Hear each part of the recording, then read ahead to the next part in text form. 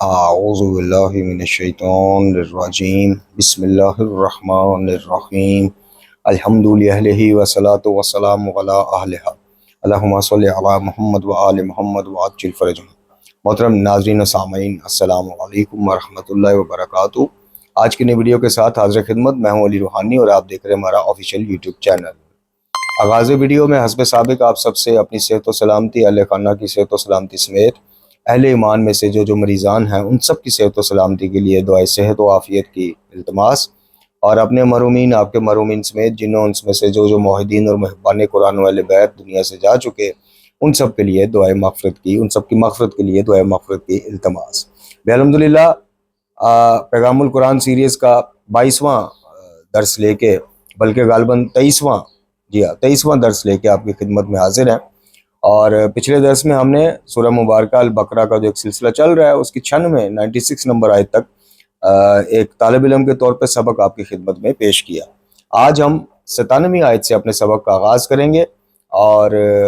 آپ کی خدمت میں کم و بیش 5 آیات تک کا انشاءاللہ آج بھی سبق پیش کریں گے، مختصر، آسان، سادہ فہم تشریح اور تفسیر کے ساتھ۔ ہمارے اس پیغام القرآن سیریز کی وجہ سے الحمدللہ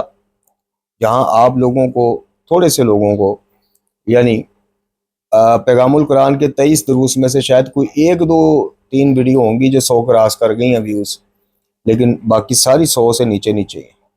ہمیں اس سے فرق کوئی نہیں پڑتا، بارہا عرض کی ہے، لیکن یہ ہے کہ جتنے بھی چلے سنتے ہیں تو جہاں وہ سیکھنے کی غرض سے وہیں اس خاکسار کو، اس طالب علم کو بھی بہت سیکھنے کا موقع ملتا ہے، اور اللہ تعالیٰ کا شکر ہے کہ اللہ تعالیٰ جن معاملات میں، جن حالات میں، جن بیماری والے معاملات میں بھی یہ صورتحال، یہ توفیق ہمیں دے رہا ہے کہ ہم خدمت کے لیے قرآن کی، اس مکتب کی، یہ اللہ کی مدد اور توفیق ہے کہ ہم حاضر ہو جاتے ہیں، تو ہم اس پہ اللہ تعالیٰ کا شکر ادا کرتے ہیں۔ اور کوئی بھی مخلوقات میں سے کوئی بھی اس کے شکر کا نہ تو حق ادا کر سکتا ہے، اور یہ تو اس کا فضل اور احسان اور مہربانی ہے کہ وہ ہمارے الحمدللہ کہنے سے بھی وہ اس کو قبول کر لیتا ہے، جی سجدہ شکر کرنے سے وہ سجدہ شکر قبول، یہ اس کی مہربانی احسان ہے، ورنہ تو اس کی کسی ایک نعمت کا بھی ایسی 100 زندگیاں مل جائے تو شکر ہی نہیں ادا ہو سکتا، حق ہی نہیں ادا ہو سکتا۔ تو چلتے ہیں جی آج اپنے سبق کی طرف۔ سورہ مبارکہ البقرہ 97ویں آیت، پچھلی آیات کا خلاصہ آپ کو بتایا تھا۔ پچھلی آیات میں یہ بنی اسرائیل کے کرتوت، ان کی ہٹ درمی، ضد، چودراہٹ خطرے میں پڑتا دیکھ حق سے منحرف ہو جانا، جس نبی آخر الزمان صلی اللہ علیہ وآلہ وسلم کے خود منتظر تھے صدیوں سے، سالوں سے، ان کے ہی بیر پڑ جانا، اور پھر ام المومنین حضرت صفیہ رضی اللہ تعالیٰ عنہ کے والد اور چچا کی گفتگو بھی آپ کو کہ مان رہے ہیں، سمجھ رہے ہیں کہ جو نشانیاں تورات میں، دوسری کتب میں ہیں، وہ بالکل اسی کے مطابق یہ وہ نشانیاں ان نبی پر پوری ہو رہی ہیں، لیکن پھر کہا کہ ہم قسم کھاتے ہیں کہ نہیں جناب، ہم تو مخالفت کریں۔ اب ان کی مخالفت جو ہے وہ صرف نبی اکرم صلی اللہ علیہ وآلہ وسلم خاتم الانبیاء یا مومنین، صالح مومنین تک نہیں رہی، ان کی مخالفت جو اب آیات پیش ہوں گی، آپ دیکھیے گا یہ بدبخت جبرائیل کے دشمن بن گئے، اس کو گالیاں دینی شروع کر دی جناب جبرائیل علیہ السلام، اور کہا کہ جناب حالانکہ بے وقوفوں کو اتنا بھی ذہن میں نہیں رہا کہ جو جبرائیل کو قرآن کی لانے کی وجہ سے یہ برا بھلا کہہ رہے ہیں، تورات کون لے گیا؟ اگر جناب موسیٰ علیہ السلام کو براہ راست بھی اللہ تعالیٰ نے طور پہ ہی عطا کی تورات یا احکام شریعت، تو وقتاً فوقتاً پیغام رسانی کا، اللہ کے پیغام کو ان کے انبیاء تک، خاص کر اولی العزم انبیاء تک پہنچانے کا ذمہ دار جو ہے وہ جناب جبرائیل۔ تو بہرحال چلتے ہیں جی اپنے سبق کی طرف۔ اعوذ باللہ من الشیطان الرجیم، بسم اللہ الرحمن الرحیم۔ قل من کان عدوا لجبرائیل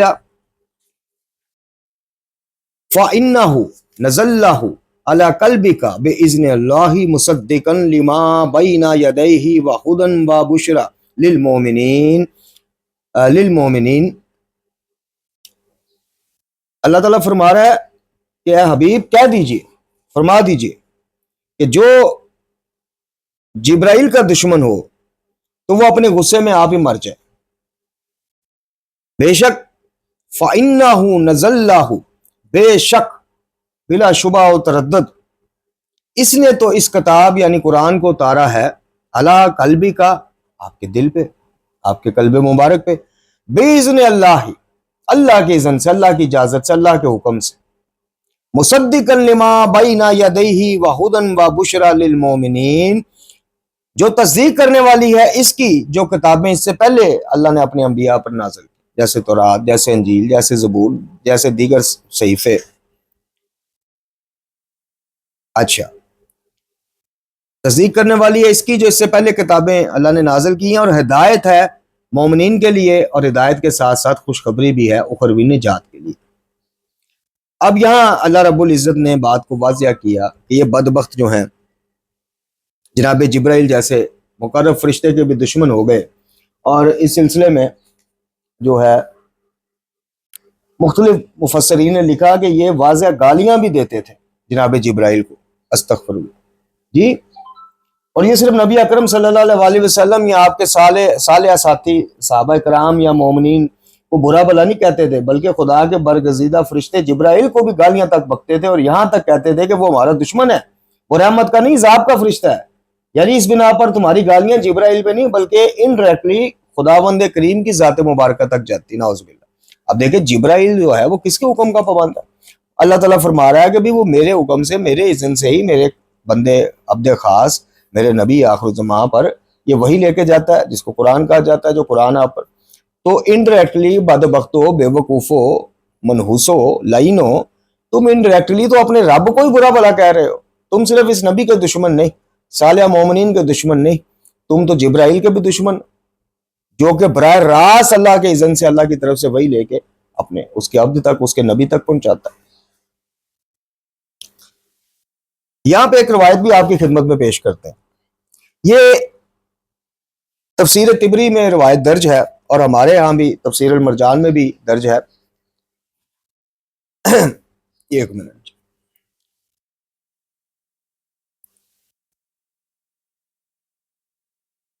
جناب اکرمہ نے روایت کی جناب ابن عباس سے رضی اللہ تعالیٰ عنہ، اور انہوں نے آگے رسول اللہ صلی اللہ علیہ وسلم سے کہ جبرائیل امین اللہ تعالیٰ کے بندے ہیں، اور حضرت میکائیل بھی اللہ کے خاص بندے ہیں، اور جس نام میں، جس اسم میں ایل جیسے جبرائیل، میکائیل، اسرائیل، اسرافیل اس طرح کے الفاظ استعمال ہوتے ہیں، اس کا معنی بندگی پروردگار ہے۔ اور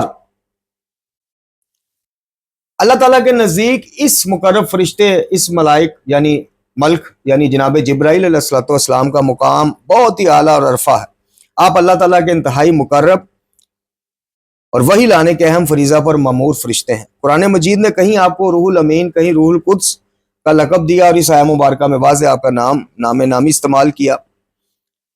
آپ کو روح الامین، رسول کریم، ذی قوہ اور متاع امین جیسے عظیم ناموں اور القابات سے یاد کیا جاتا ہے، اور اس میں اور کئی جگہوں پہ جناب جبرائیل کے اوصاف بیان ہوئے ہیں، جن میں سے 5 اپنے جیسے طالب علموں کے علم میں اضافے کے لیے ہم پیش کر دیتے ہیں، اور اپنے علم کے اضافے کے لیے جناب جبرائیل کے 5 اوصاف بیان ہوئے اسی آیہ مبارکہ کے ذیل میں۔ انہیں رسول کریم کہا گیا، جو بذات خود اس بات کی طرف اشارہ ہے کہ ان کا کتنا بلند اور مقام و مرتبہ ہے۔ ذی قوہ ہے، چنانچہ قرآن کے اصول یعنی ذی قوت یعنی 2 قوتوں والا، چنانچہ قرآن کے اصول اور ابلاغ میں خاص قدرت ہے کہ جناب جبرائیل پروردگار عالم کی طرف سے صاحب قدرت اور قوت ہیں۔ مکین یعنی آپ صاحب عرش کی بارگاہ کے مکین ہیں، جو اس بات کی طرف اشارہ ہے کہ وہ خدا کے نزدیک وہ کتنے مقرب اور صاحب عزت ہے۔ متاع، میم تا الف عین، متاع، حضرت جبرائیل فرشتوں کے امیر اور اللہ کی نورانی مخلوق ساری کی ساری ان کی مطیع اور فرما بردار ہے۔ 5واں امین، رسالت الہیہ کے پہنچانے میں بہت زیادہ امانت دار ہے، جس طرح عوامر کو پروردگار کی طرف سے لاتے ہیں بغیر کسی کمی بیشی کے، اور پہنچا دیتے ہیں رسولوں تک۔ بہرحال یہ ان کے اوصاف ہیں۔ اگلی آیت میں کہا گیا کہ من کان عدو للہ والملائکۃ ورسولہ وجبرائیل ومیکائیل فإن اللہ عدو للکافرین، اور جو اللہ کے فرشتوں کا دشمن ہو اور اس کے رسولوں کا دشمن ہو، اور خاص طور پر جو جبرائیل اور میکائیل کا دشمن ہو، تو بے شک اللہ بھی ایسے کافروں کا دشمن، وہ اللہ نے بھی اپنا دشمن سے۔ یہاں رب العزت نے کیا کہا؟ جناب جبرائیل، جناب میکائیل سمیت تمام فرشتوں کی دشمنی کو اپنی دشمنی کہا، اور رسولوں کی دشمنی کو۔ اب یہاں سے ایک جو واضح پیغام ہمارے تک آتا ہے وہ یہ کہ جو اللہ کے پیغام پھیلانے، نشر و اشاعت کرنے اس کی تبلیغات، تشریحات، توضیحات، یعنی انبیاء اور بعد از انبیاء، خاص کر بعد از خاتم الانبیاء صلی اللہ علیہ وآلہ وسلم، اس امت میں جو ائمہ اہل بیت کا کردار رہا، آل محمد علیہ السلام کا، اور پھر ان کے زیر تابعہ رہ کر مختلف متقین، صالحین، اولیاء امت کا کردار رہا ہے۔ الغرض کہ جو بندہ بھی خالصتاً اللہ کے دین کی نشر و اشاعت پر مامور ہو، اللہ کے پیغام کی نشر و اشاعت پر مامور ہو، قرآن کا پیغام پہنچا رہا ہو، اس سے دشمنی کرنا، اس سے بغض رکھنا، انڈائریکٹلی یہ بڑا خطرناک مرحلہ ہوتا ہے کہ یہ انڈائریکٹلی آہستہ آہستہ دشمنی اللہ کے رسولوں، اللہ کے دین، اللہ کی کتاب تک نہ پہنچ جائے، اس سے ہمیں محتاط رہنا چاہیے۔ تو اس آیت مبارکہ میں بھی اللہ تعالیٰ نے کیا فرمایا کہ جو کوئی دشمن ہے اللہ کے رسولوں کا، فرشتوں کا، خاص کر جبرائیل اور میکائیل کا، تو اللہ بھی پھر ایسے ظالموں کا، کافروں کا دشمن ہے، اللہ بھی ان کو اپنا دشمن سمجھتا ہے۔ اچھا جی،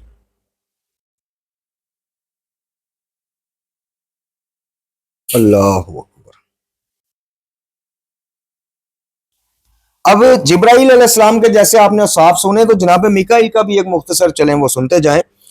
مختلف روایات میں ملتا ہے، بہار الانوار میں بھی ہے اور بدایہ و نہایہ میں بھی ہے، ہدایہ و نہایہ میں بھی ہے یہ روایت کہ جناب میکائیل جو ہیں وہ پروردگار عالم کی طرف سے رزق و روزی کے مختلف انتظامات کا اہتمام کرنے والے اور ان کے ماتحت کئی فرشتے کام کرتے ہیں، جس طرح جناز کا اگنا اور اس طرح کے دیگر معاملات۔ مقدر روزی اللہ کرتا ہے، پہنچاتا وہ خود ہے، وہ ماں باپ کے ذریعے پہنچائے، وہ فرشتوں کے ذریعے، وہ اس کی ہے۔ ہم نے جب بھی رزق طلب کرنا اس خالق سے اور اس رازق سے طلب کرنا۔ آگے ہم نے ان بحثوں میں، ان چکروں میں نہیں پڑھنا کہ جناب بارش بھی تو فرشتے برساتے ہیں، تو کیا ہم نے کبھی بارش کے لیے ایسی کوئی نماز پڑھی ہے جو براہ راست فرشتے کو مخاطب کر رہی ہو؟ جس میں نہیں، وہ نماز بھی جو ہم پڑھتے ہیں زیر آسمان کھلے میدانوں میں، اللہ سے مانگتے، اب وہ فرشتوں کے ذریعے برسائے، وہ کون کیا کہ برسا دے، وہ کسی کا محتاج نہیں ہے۔ تو یہ چیز بھی ذرا ساتھ ساتھ، یہ تربیت توحید بھی ہماری ذمہ داری ہے، اور ہمارا مین مقصد یہ ہے کہ لوگوں کو عقیدت اور اس کے مودت کے نام پہ ہم توحید سے دور نہیں ہونے دینا انشاءاللہ۔ اپنے تئیں جو ہماری اوقات استطاعت ہے، آگے کوئی ہوتا ہے نہیں ہوتا وہ اللہ جانے ہو جاتا۔ تو جناب میکائیل کے روزی کے انتظام یا اہتمام کرنے سے یہ تاثر کچھ لوگ لے جاتے ہیں کہ دیکھیں جی میکائیل بھی تو وسیلہ واسطہ اللہ نے بنایا رزق کے، بھائی وہ اللہ جانے اور وہ جانے کہ ڈیوٹیاں کیا ہے، اللہ محتاج ہے کسی کا نہیں۔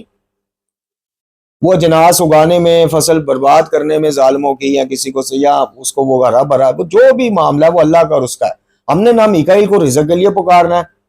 نہ ہم نے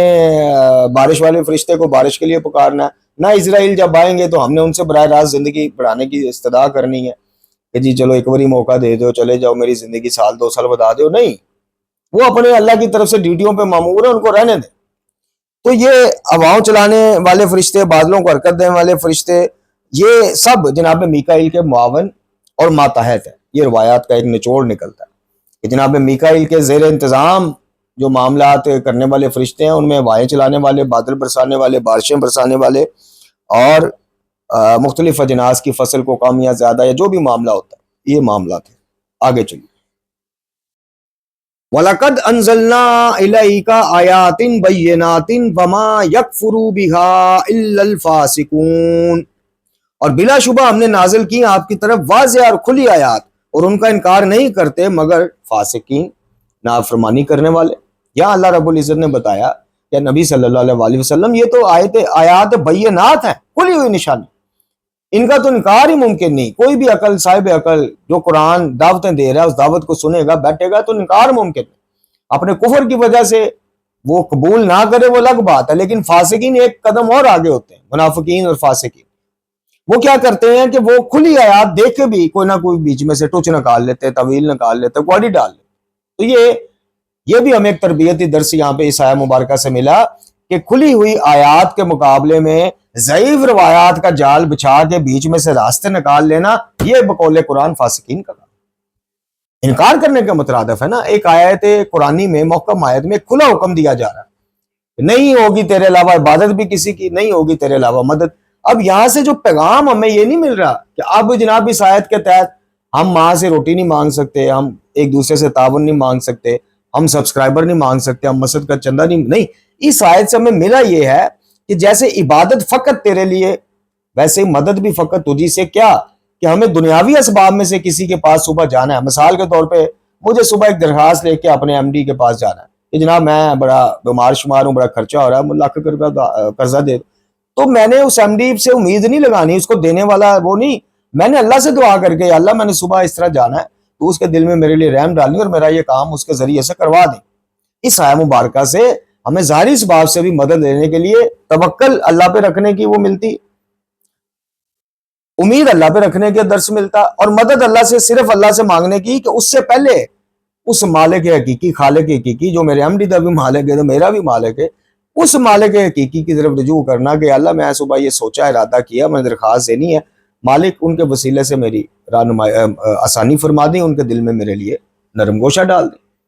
کتنا ایزی اور سیدھا سیدھا ہے۔ تو اس آیہ مبارکہ سے جو ہمیں تربیت ملی وہ یہ ملی کہ اگر واضح آئے، اب یہ یہودی کیا کرتے تھے، آیات بینات کے مقابل اپنے فرسودہ نظریات لاتے تھے، اپنی گھڑی ہوئی روایات لے آتے تھے۔ ہمیں اس کام سے بچنا ہے۔ جو آیات واضح ہیں، دیکھیں سود واضح طور پہ اللہ رسول سے جنگ کرنے کا مترادف فعل قرار دے دیا، بس بات ختم، دیٹس آل۔ اب اس میں آپ روایات کو ڈھونڈ کے ادھر ادھر سے لا کے گنجائشیں جیسے لوگ بدقسمتی سے نکال بھی دیں، تو یہ اللہ تعالیٰ نے قرآن کے بقول کہہ دیا کہ یہ فاسقین کا کام ہے۔ اچھا جی آگے آئیے جی۔ اوا کلما عہدوا عہدا نبذہ فریق منہم بل اکثرهم لا یؤمنون بل اکثرهم لا یؤمنون، یہاں پہ تھوڑا الفاظ مٹا ہوا جی، معذرت۔ اچھا جی کیا کہا؟ اوا کلما عہدوا عہدا نبذہ فریق منہم، اور کیا ایسا نہیں ہوتا رہا کہ جب کبھی انہوں نے عہد کیا، کوئی بھی عہد بنی اسرائیل نے، تو ان میں سے گروہ نے اسے پھینک دیا، بلا دیا، جیسے عہد ہوا ہی نہیں، وعدہ کر کے، منتا مانگ کے، عہد کر کے، وعدے وعید کر کے بھول گئے۔ بل اکثرهم لا یؤمنون، نہیں بلکہ ان میں سے اکثر ایمان والے ہے ہی نہیں، دعوے ایمان کے ضرور ہیں وہ ایک طرف، لیکن اللہ کہہ رہا ہے کہ کیا ایسا نہیں ہوا کہ ماضی میں بھی انہوں نے جناب بہت زیادہ عہد کیے اور توڑ دیے، عہد کیے توڑ دیے، اب وہ اللہ تعالیٰ اس ایمان والوں کی لسٹ سے نکال رہا ہے۔ اب اس میں بھی ہمیں درس تربیت مل گیا کہ جذبات میں آ کے، غصے میں آ کے بہت زیادہ جناب، جیسے پنجابی میں ایک لفظ یوز کرتے ہیں، کام کٹوانا ہے تو پھپے کٹنیاں لاندا ہے یا لاندی ہے، اس طرح کا معاملہ میں اللہ سے نہیں رکھنا چاہیے، وہ دل کے معاملوں سے بھی، نیتوں سے بھی واقف۔ اس سے ہمیں جو درس ملا وہ یہ ملا کہ بہت سوچ سمجھ کے اللہ سے کوئی عہد کریں، منت مانیں تو پھر پوری کریں اللہ سے، غیر اللہ سے منت مانگنا حرام، غیر اللہ کی نظر نیاز کرنا وہ ہوگی اللہ کے لیے، اصال ثواب کے لیے آپ اس کو منسوب کر سکتے ہیں کہ یہ میری طرف سے نہیں جناب، یہ فلاں ہستی کی طرف سے، یہ دسترخوان میرا نہیں ان کا ہے، دسترخوان رسول اللہ صلی اللہ علیہ وسلم، دسترخوان ابراہیمی ہے، دسترخوان حسن مجتبیٰ علیہ السلام، دسترخوان امام، جو بھی نام دے دیں منسوب کر سکتے ہیں، اصال ثواب کی نیت سے ہوگا اللہ کے۔ تو اللہ سے عہد جب بھی مانگو، وعدہ کرو تو بہت سوچ سمجھ کر پھر اس کو پورا کرنا واجب ہے۔ اچھا جی یہ ماشاءاللہ سورہ مبارکہ بقرہ کی ہم نے جی الحمدللہ 100 آیات مکمل کر الحمدللہ۔ اب 101 نمبر آیت سے، وَلَمَّا جَاءَهُمْ رَسُولٌ مِّنْ عِندِ اللَّهِ مُصَدِّقٌ لِّمَا مَعَهُمْ نَبَذَ فَرِيقٌ مِّنَ الَّذِينَ أُوتُوا الْكِتَابَ كِتَابَ اللَّهِ وَرَاءَ ظُهُورِهِمْ كَأَنَّهُمْ لَا يَعْلَمُونَ۔ ارشاد باری تعالیٰ، اور جب آیا ان کے پاس کوئی بھی رسول اللہ کی طرف سے جو تصدیق کرنے والا ہوتا ہے اس کی جو ان کے پاس ہے، یعنی تورات، تو ڈال دیا ہے گروہ نے ان لوگوں میں سے جو کتاب دیے گئے اللہ کی کتاب تورات کو اپنی پیٹھوں، اپنی پشتوں کے پیچھے، گویا کہ وہ اس کو جانتے ہی، کأنہم لا یعلمون، ایسے کہ جیسے اس کو جانتے ہی نہیں۔ وہ ایک شعر ہے نا، ایسے مطلب کہ جیسے جانتے ہی نہیں جی، پہچان ایسے نظریں چرا لی۔ تو اللہ تعالیٰ نے اس آیہ مبارکہ میں فرمایا کہ جب بھی ہم نے کوئی رسول بھیجا جو تصدیق، یعنی بنی اسرائیل میں جناب موسیٰ علیہ السلام کے بعد بڑے رسول آتے رہے ان کو متوجہ کرنے کے لیے، لیکن ان کے کانوں میں جوں تک نہ لگی۔ اور اللہ تعالیٰ فرما رہا ہے کہ جب بھی کوئی نبی ہم نے بھجوایا جو تصدیق کر رہا تھا، جو ان کو احکامات تورات یاد کروا رہا تھا کہ دیکھو تورات میں یہ نہیں لکھا، تورات میں یہ حکم نہیں ملا، تو یہ تورات کو اس وقت اللہ تعالیٰ کہتا ہے ایسے پسے پشت ڈال دیتے تھے، اگنور کر دیتے تھے، نظر انداز کر دیتے تھے کہ جیسے جناب علی جانتے نہیں، واقفیت ہی نہیں، تورات نال شناسا ہی نہیں۔ تو یہ ان کے کرتوتوں کا بیان ہونے کا سلسلہ جناب علی جاری ہے۔ 101 نمبر آیت تک آج ہم نے سبق پیش کیا جی۔ اب اس کی تھوڑی سی مختصراً آپ کو بتا دیں کہ ان آیات میں اللہ تعالیٰ نے سب سے پہلے تو ہمیں بتایا قیامت تک آنے والے امت کو، سب انسانوں کو، یہ بدبخت صرف اپنی ضد، انا پرستی، ہٹ درمی ضد اور چودراہٹ ختم ہونے کے چکر میں اللہ کے انبیاء کے دشمن نہیں رہے، انبیاء کی دعوت پر ایمان لانے والے مومنین اور صالحین کے دشمن نہیں رہے، یہ بدبخت جبرائیل کے دشمن بن گئے، میکائیل کے دشمن بن گئے، الغرض ہر اس شے کے دشمن بن گئے کہ جو دعوت اسلام کی طرف ان کو بلا رہی، متوجہ کر۔ اچھا اچھا، اسی طرح اللہ کی آیات کو جھٹلانا، کھلی آیات کو مقابل اپنے نظریات، فرسودہ خیالات پیش کرنا، باپ دادا کی مثالیں پیش کرنا کہ دیکھو جی ہمارے باپ دادا تو صدیوں یہ کر کے گئے، صدیوں سے ہمارے ہاں یہی رسم ہے، منتیں بھی پوری ہو رہی ہیں، مراداں بھی پوری ہو رہی ہیں۔ نہیں، جہاں آیات الہی، کھلی آیات الہی آ جائے، وہاں اپنے نظریات، روایات سام کرو۔ اب نبذا کا لفظ دو آیات میں استعمال ہوا، جیسے کہ ایک آیت مبارکہ میں ہوا کہ اوا کلما احدوا احدا نبذاہ، نبذا کا مطلب کسی چیز کو غارت سے دور پھینک دینا، پیچھے کر دینا، اگنور کر دینا۔ تو یہ ان کی تورات کے حوالے سے عہد شکنی اور اس طرح کی چیزیں بھی اللہ تعالیٰ نے فرمایا۔ اچھا،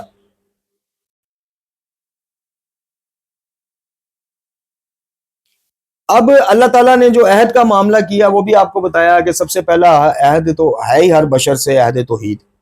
کہ اللہ ایک ہے، صرف نام کے لیے ایک نہیں کہ اللہ نام اور کسی کا نہیں، وہ تو ہے ہی ہے، لیکن اللہ صفات میں بھی ایک ہے، لا شریک ہے،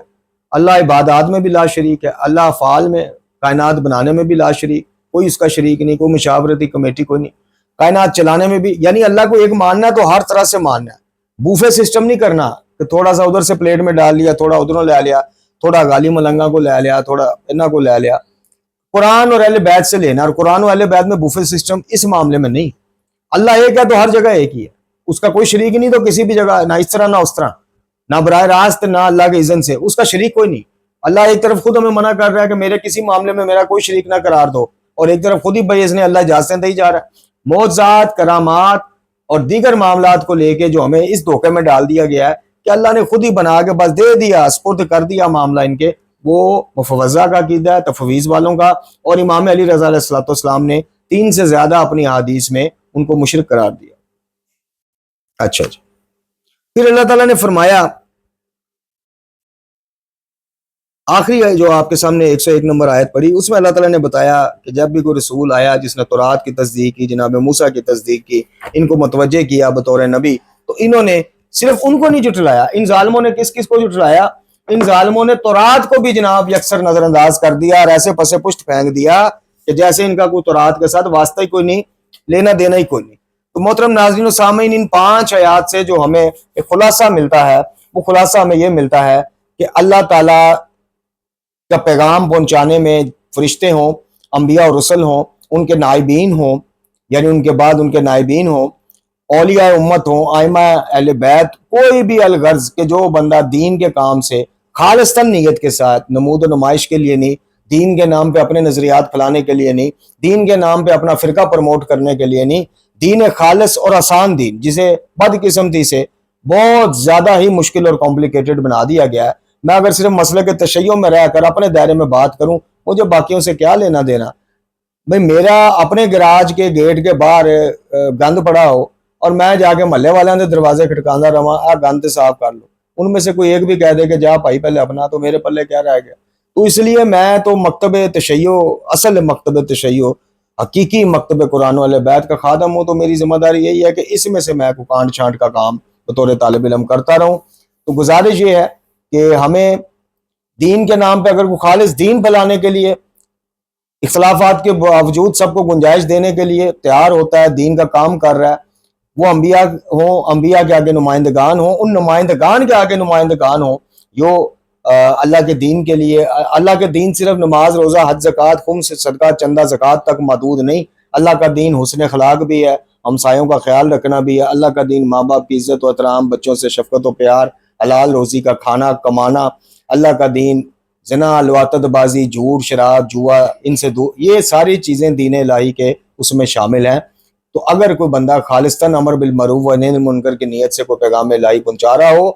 تو اس کا ساتھ نہیں دے سکتے تو مخالفت بھی نہ کرو۔ دوسرا، محکم آیات جب سامنے آ جائیں تو روایات کے گھوڑے پہ بیٹھ کے ان کا مقابلہ کرنا نہ شروع ہو جاؤ، ڈر جاؤ، وہ فاسقین میں شمار ہوگا، یہ قرآن کہہ رہا ہے۔ اللہ تعالیٰ سے دعا ہے کہ ہمیں ان آیات کو پڑھنے، سمجھنے اور ان پر عمل کرنے کی توفیق عطا فرمائے۔ دوران درس، دوران گفتگو خاکسار سے سیون کو غلطی ہو گئی ہو، کو زیر زبر پیش کا فرق آ گیا ہو، کسی کی دل آزاری ہو، تو میں اللہ سے بھی معافی کا طلبگار اور آپ سے بھی معافی کا خواستگار۔ انشاءاللہ 24ویں سبق کے ساتھ پھر آپ کی خدمت میں دوبارہ حاضر ہوں گے۔ اللہ تعالیٰ اس خدمت کو قبول فرمائے اور ہمیں توفیق دے، اور اللہ کا شکر ادا کرتے ہیں کہ اللہ تعالیٰ نے اس خدمت کے لیے ہمیں یہ ذمہ داری عطا کی ہے۔ وآخر دعوانا الحمدللہ رب العالمین۔